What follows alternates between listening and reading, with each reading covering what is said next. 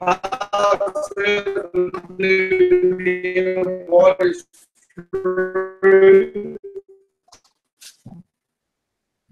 Sorry, Andrew, I gotta get there.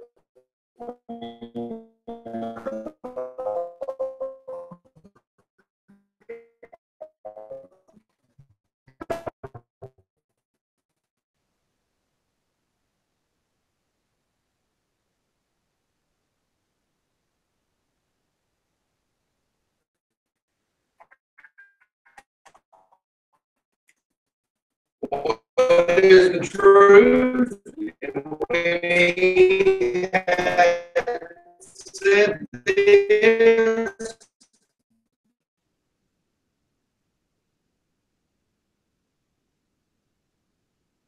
again to the Jews, and saith unto them, I find in him no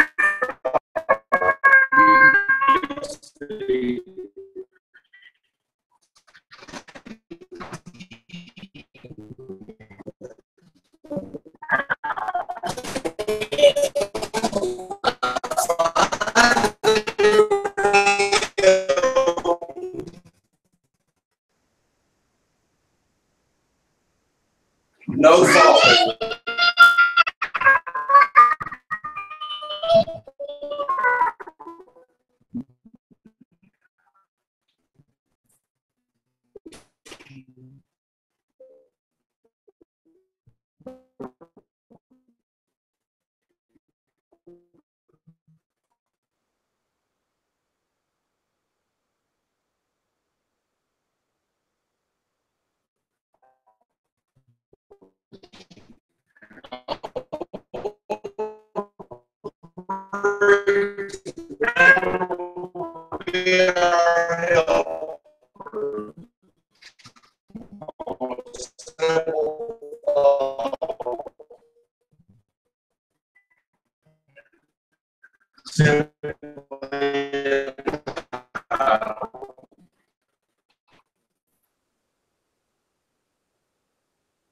Fault.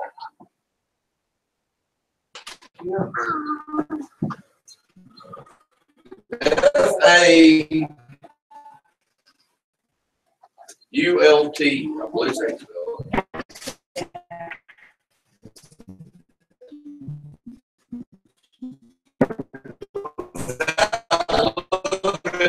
I can't tell you how to spell it. I ain't a good spell.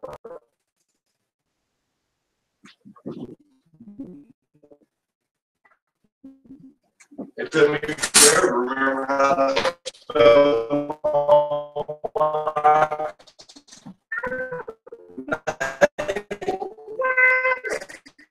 I can't spell.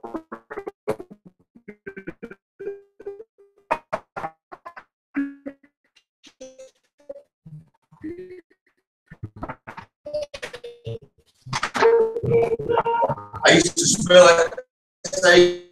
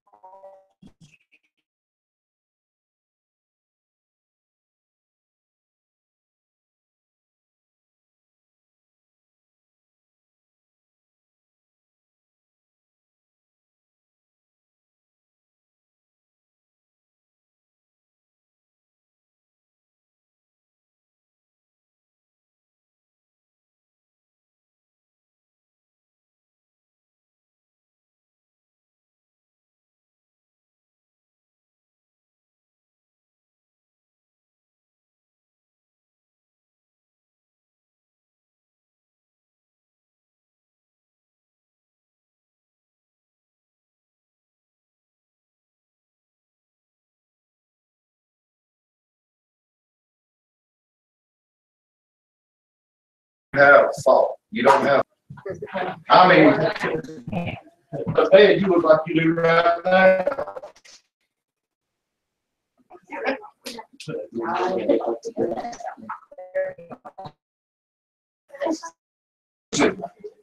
Perfect identical twin to the dog in my house. Nathan wakes up, he'll say, and his hair is standing straight up. And him and Sugar that Sunday morning, Sugar stood in and right beside him, her hair was standing straight up on top. And I walked in there and I looked, and I stepped back. I'm like,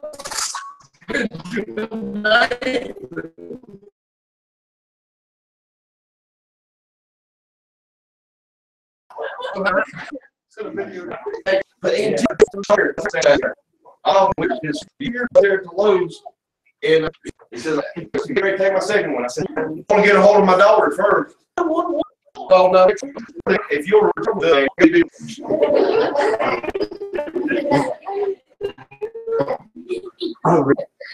Joe even told DSS one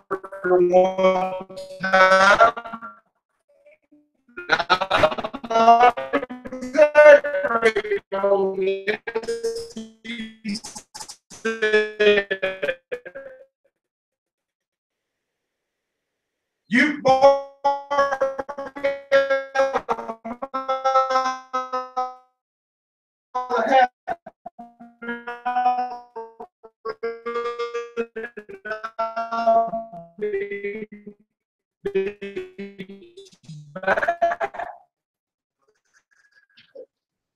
remember that? He said, "You don't tell you that I'll outrun you." Joe didn't have really there. And doesn't he walk through? Never had himself. Doors over. In my opinion, they did not beat. They cut me from there to there. And because I told them, gallbladder. Now they did suck it in 5 minutes. My wife, they sent wire surgery back up in my whole surgery about 40 minutes. I didn't even. I went straight. Snip, snip, and then I snipped my snip. And there's something I've put back. I took. You can find fault. Find fault. Yours and they still.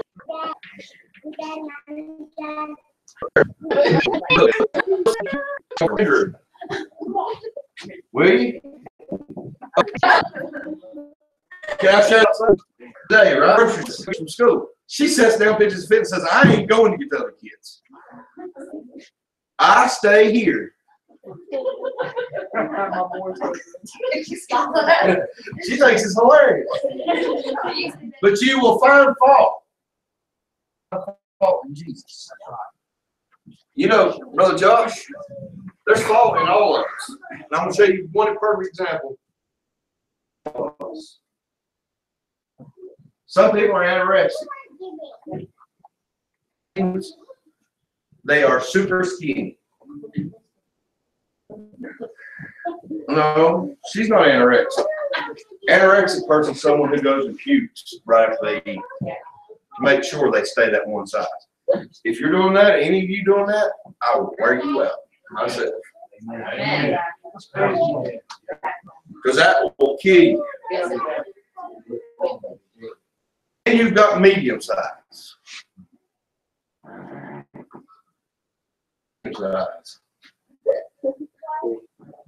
Your runt size. Medium size. But then, Brother Joe, you've got extra grande. Extra large. And then you've got people like me that's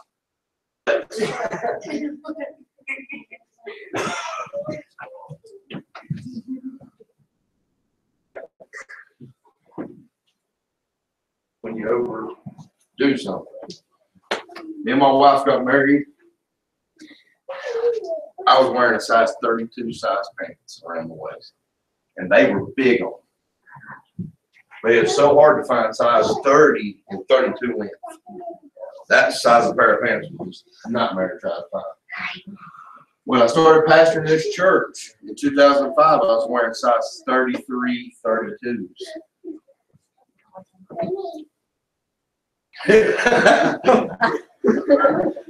I had back surgery, spent 2 months laid up, and all I done was sit there and done this. And by the time I was got able to get back up and go to work, I was in size 36, and I just went up from there. I've leveled out in size 38 pants for now. Give me enough time, I'll probably make it up 40s and 44s. Because, you know, one thing that we do, we overeat. Oh, yeah. Tonight, my wife made supper. We fought we have where he didn't have fault. Supper. Man, it was chicken legs and curly fries. Yeah, that's what I said. Eat the far out of it.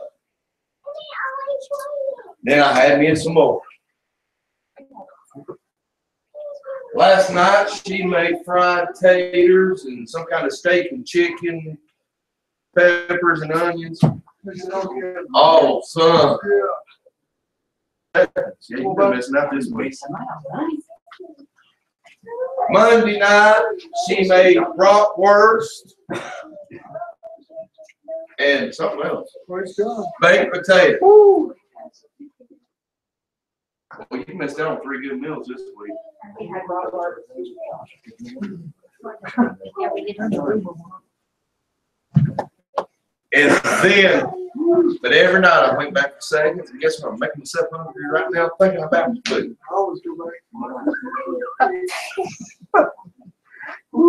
Here's the fault. Here's my fault. Not only did I overeat, but now tomorrow night it's on me to get my own supper. Concert in downtown Asheville. And guess who's by themselves? Guess what my fault's going to be? McDonald's. Either that or peanut butter and jelly sandwich. But here's the thing, we all have faults. Now, I've talked about our food and physical stuff with us. But in closing, I want to bring out some the fault where he did not have a fault that we have. That fault is called S-I-N, sin. Amen. That's the truth. I showed you where we've had all these physical faults, but we have a major fault called sin. The Bible says in Romans, what shall we say then? Shall we continue in sin that grace may abound? Yeah. Joe, tonight, if you hit your thumb, Oh my. Oh my. some people that ouch, oh my, don't come to their mind when they hit their thumb. Marshall, woo! Even doing the Ric Flair don't come to their minds. But what comes to their minds, some words that ain't nice. Save my brother, I know. Lose your temper and see what happens. Get mad and all these ungodly stuff start coming. Well, preacher, I'm mad, and that just happens when I'm mad. From the abundance of the heart, the mouth speaking. Amen. Amen. Yeah, I agree. You said no. When you get mad, then guess what? That's where your heart is right at that moment. That's Shake it out, man. See, sin. Oh, I won't get in a lot of trouble right here. One little scratch off ticket ain't gonna hurt nothing. There we go.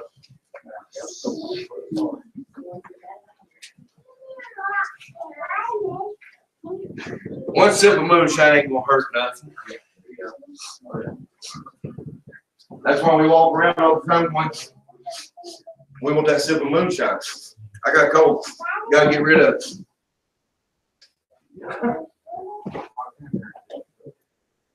Say, I'm going rabbit hunting. It's going rabbit hunting. It's going to get drunk. Anybody says I'm going rabbit hunting, all they're doing is going to drink beer and watch the dog run. Fox hunting is the same thing. If not worse. Them dogs run circles around them 10 times, they'll think they just went around one time. Bear hunting, a lot of bear hunting. People drinking it up while they're bear hunting.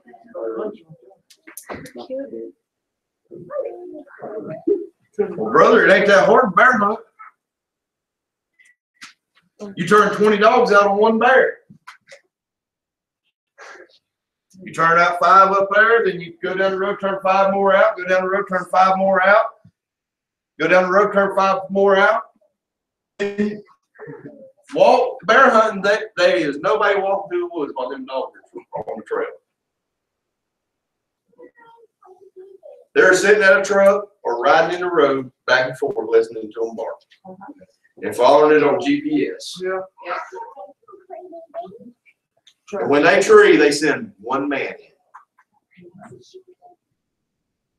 Man goes in, pulls back all the dogs, ties up one dog there at the tree. Then he shoots the bear out, and everybody else comes in, carries the bear out. And the rest of them just sitting back there. Passing of time. God understands this. You can go hunting without drinking. Come on now.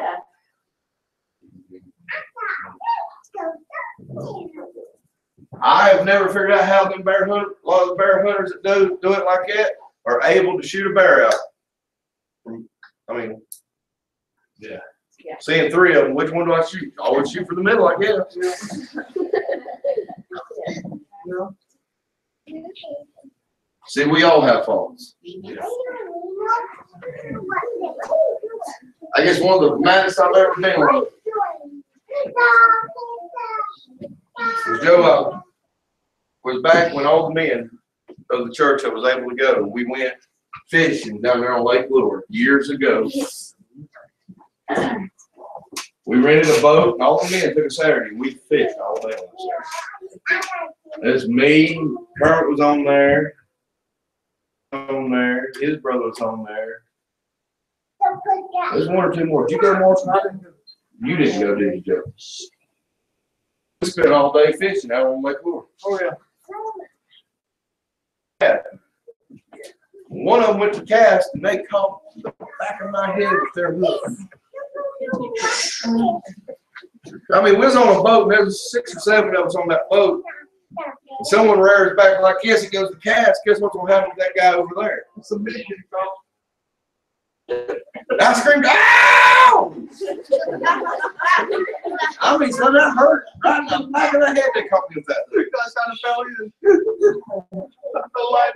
And all they could say to me was, boy, I caught him. I think it was Kermit that caught me. Now they turned around and say to me was, boy, I caught a big in that time, didn't I? Boy, I wanted to grab him and throw him in that water. It's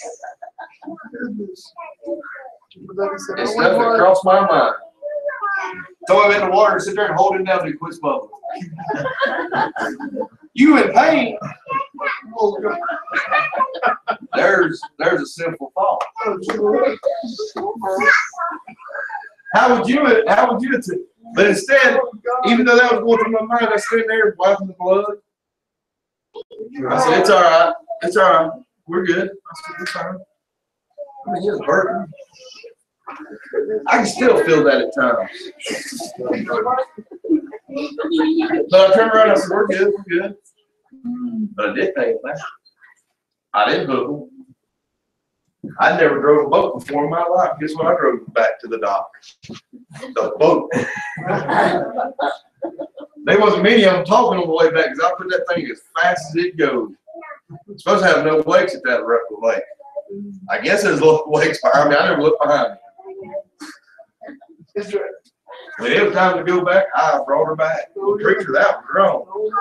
I had me some fun out of them. Anger and sin not. Oh, yeah. Well, preachers, would you do that today? Probably again. In a book on a boat like that again? Yeah, I'd probably do it again. One thing I noticed though,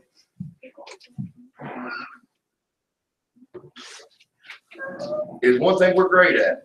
One of the greatest sins and faults we have.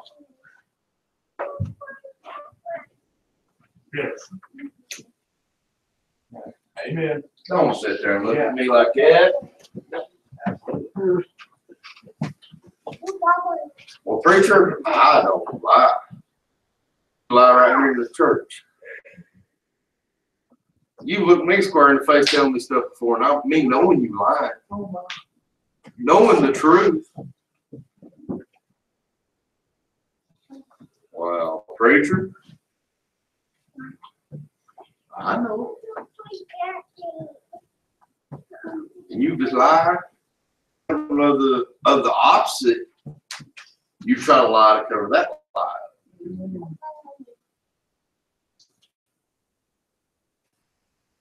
Amen, I don't think. Lie.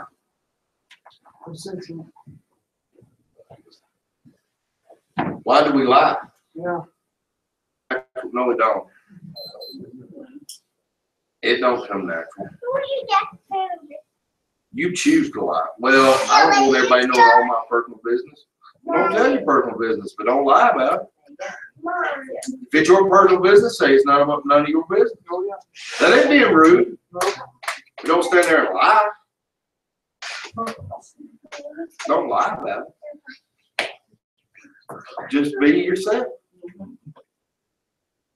You want to know something personal about me? If I feel you need to know it, I'll let you know it. But I ain't gonna tell you a lie about it. If I don't feel like it's your business, I'm gonna say none of his. But everybody in here knows my book's open. You come to my house, you can search it out any day you want to. Ask me anything, I'll tell you. I don't hide nothing. Why is there anything to hide? Why is there anything to lie about? You got sin in your life.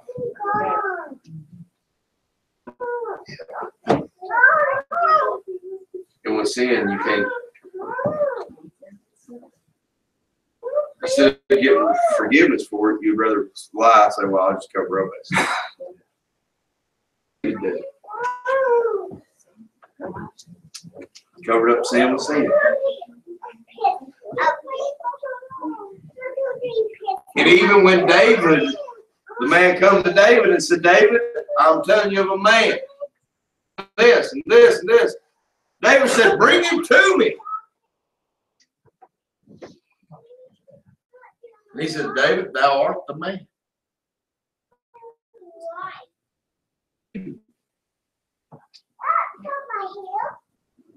What, preacher? He said, David, thou art the man. All this.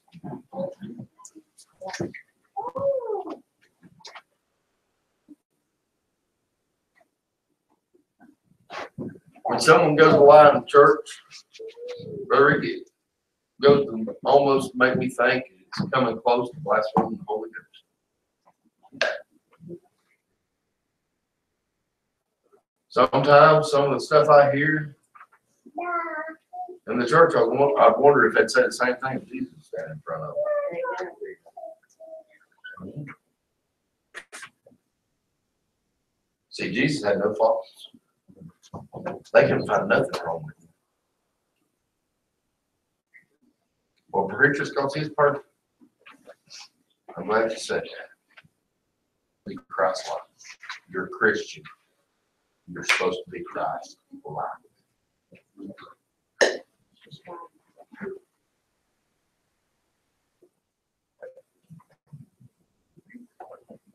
I couldn't blame a sinner for not wanting to be saved.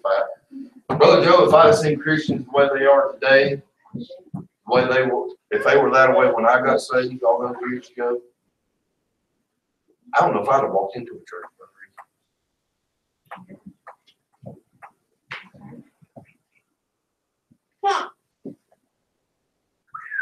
Boy, it got real quiet in here. All those Christians like they are today, but more worried about me than they are today. For doing something.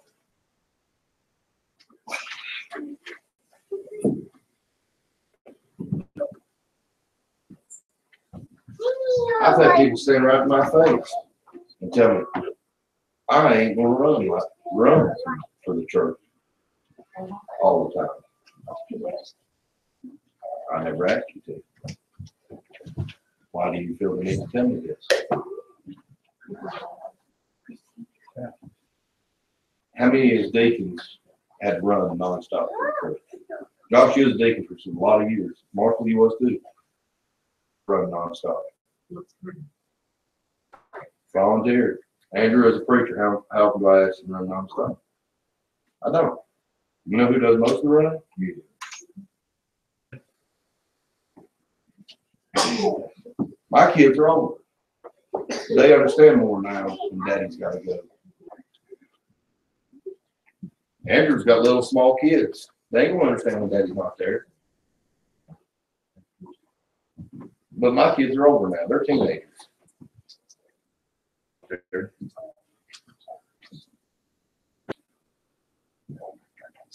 Or we call for work day. I'll be there, preacher. That's 2 weeks before the work day. The week of the work day, y'all going at preacher, I forgot that day. No good was you get planned something. You're just really gonna lay in bed and sleep.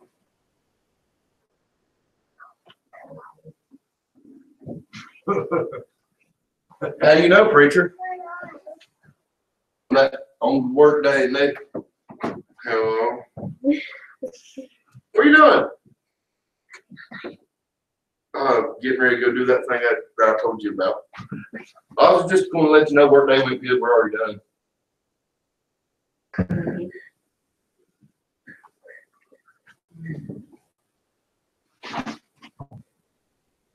Get up and do something for God. That's a fault. Keep from having to get up and do something for God. Don't you take, look, there's no fault in him. Look at all he's done for you. And you can't do one small thing for you. Right, amen. When was the last time you invited someone to church? Oh, we got quiet. Oh, yeah, that's right. That is the truth. When's the last time you invited someone to church?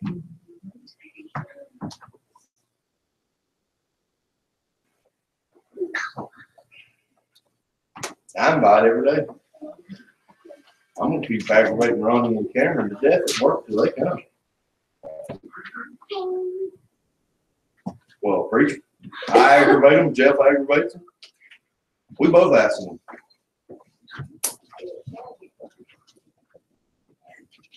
Well, preacher, that don't work, that don't work, that don't work, that don't work. Oh, it works.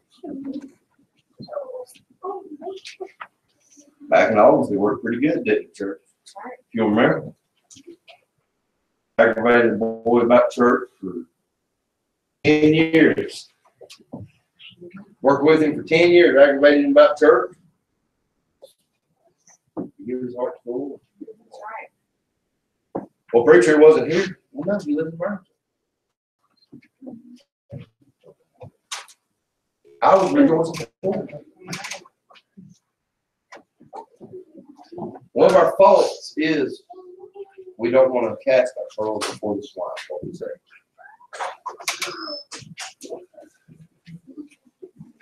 I'm preaching on our faults tonight. If you haven't caught on that, I'm preaching on our faults.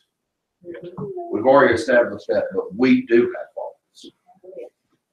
And you have to live a perfect life. I know not to be perfect in football be on TV.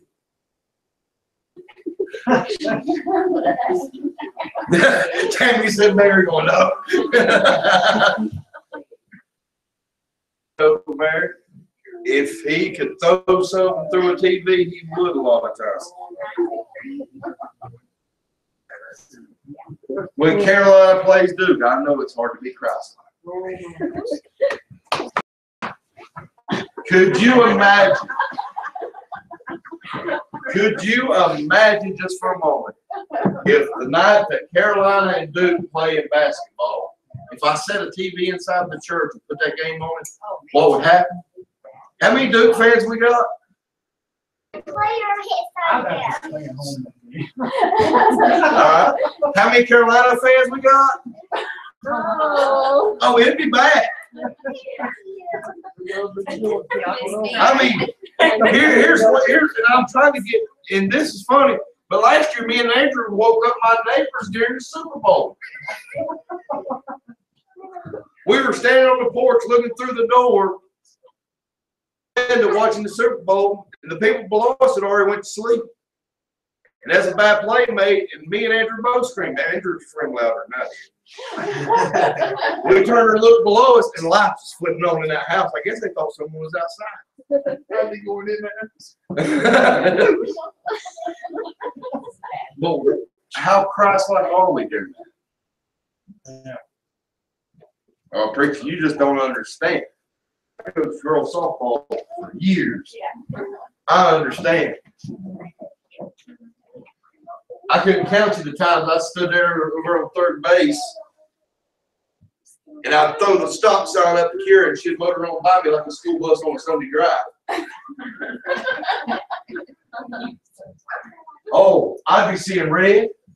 Fire would be coming out my ears. Especially if she got out at home plate, when she got to me, she'd know it because she'd try to go over towards the assistant coach. The head coach, me. Because she knew if she come near me, I wouldn't give her. I'd make sure everybody heard me. What are you doing?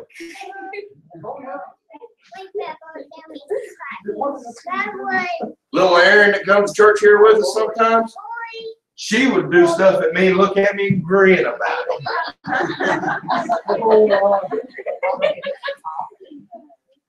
it. She'd let several balls get past her catching at home plate. I said, the next one gets past you, Erin, I'm putting you in center field. I was mad. Sort of leans to the left of it, he goes all the way to the backstop and looks at me and grins. Oh my. I'm just like you, brother. Oh yeah. With tears in her eyes, she went to center field. Yeah. In off the field, she looked at me and she said, I ain't gonna hit the ball for you. All these girls, all of them said, we're just gonna stand up there and take pictures. I said, you ain't gonna do it. Yes, we are. We're gonna lose this game. First leadoff batter was Erin. Guess what she did? Hit the ball way out of the outfield. Next batter up, so she's gonna take a pitch. Pretty one come in. Just because you got as mad at me and make me mad. Oh, and I wanted to sin. I wanted to sin real bad. I wanted to choke and kill. Oh yeah. What's going on here? Well, preacher, that's just me. You know better than that.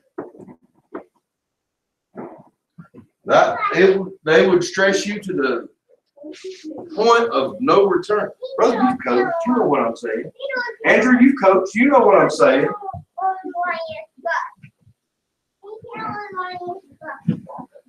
But you know what calmed this whole boy down? You know what calmed me down with sports and coaching? When Brother Ricky I had real good teams. You all know this. A lot of you come to the games and saw some of the games. I had good teams. They were winners.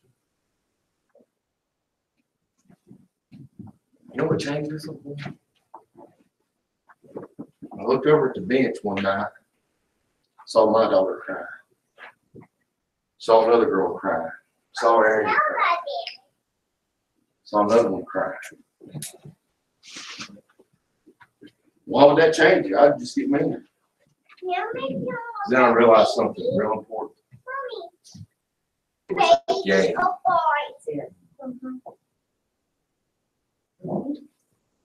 It was for them to have fun.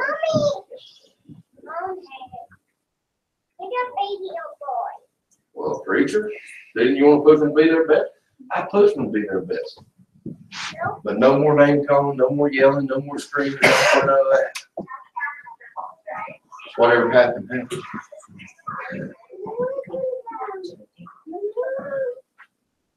And the last time that I blew up on a ball field, see, that was the fault I had. Was when I was yelling and screaming at that out there in that wall. He rose me up real quick.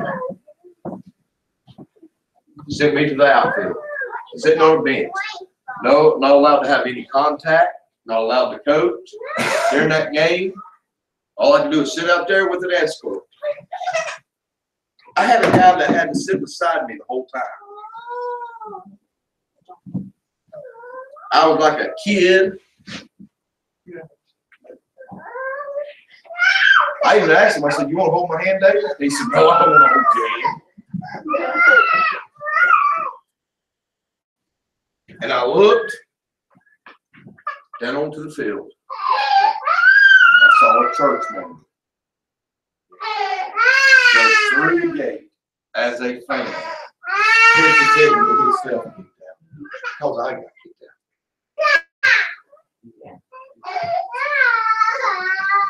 And I said, what kind of example am I setting for them? Jesus set the perfect example. I can't be perfect. Brother Morfine set a better example than what I was saying.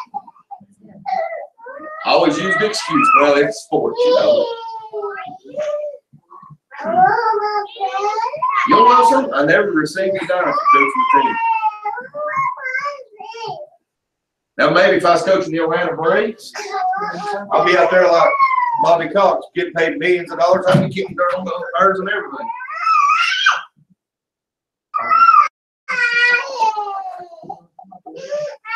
But it was for fun. Take the fun away. You get thrown out because you fall in his passions for sports. He could have went to jail because he got within chest to chest of the ump. So what you don't realize, you can't touch an ump. You can't. That is touching a federal official when you touch an ump. You can go to federal prison for it. I thought, and I've done this. Jesus said an example of perfect, no fault. But I can't control some of my faults. Have you been controlling your faults? I said a lot tonight, but I didn't bring that up. Have you controlled your faults? As we stand our feet.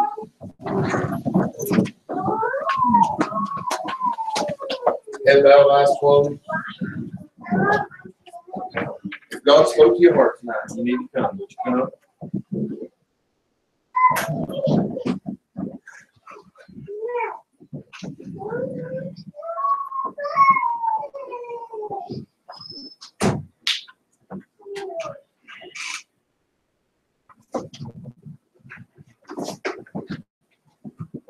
have you been controlling your faults?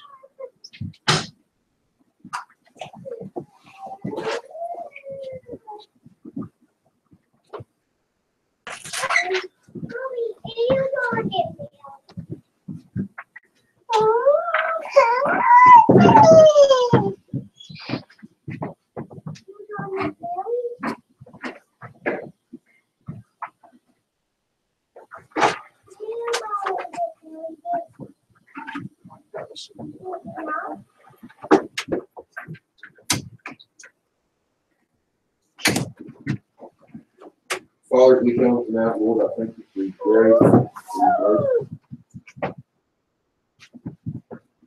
Lord, you're touching each and every heart, touching each and every one. Lord, it's been out of this place, Father, I thank you for your mercy and your grace. Thank you for your love.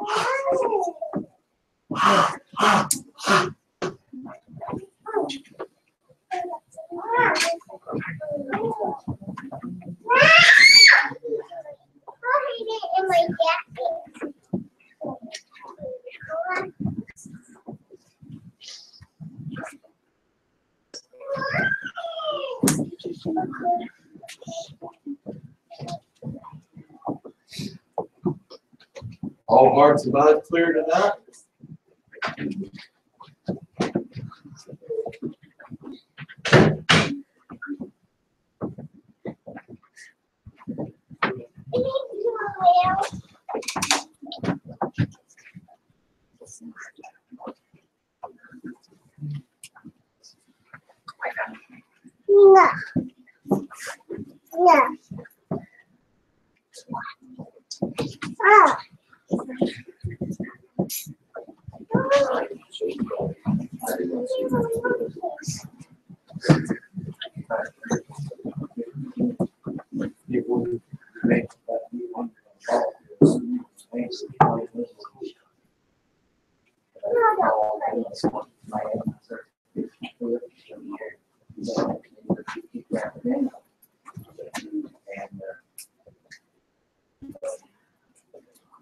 Sunday night, I was scared. I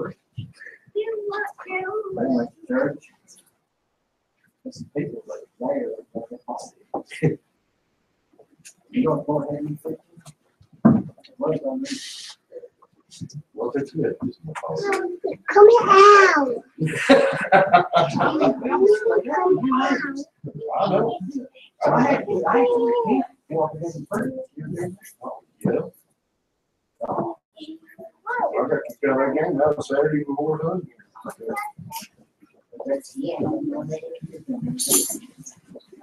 Also, it's good to see Penny, right? Yes. Remember the name, I'm going to get Penny here tonight. Good to see Caitlin on the Wednesday night. We've been missing her pretty place. Let me make an announcement. Don't forget this Sunday. Go pretty late. I apologize for that. Sunday night, 5 o'clock, Christmas cantata. Here's the easiest way. We be singing.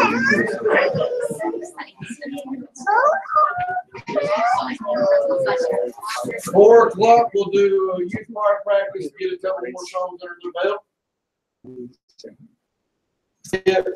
Next Wednesday night, we're gonna do something a little bit different. Next Wednesday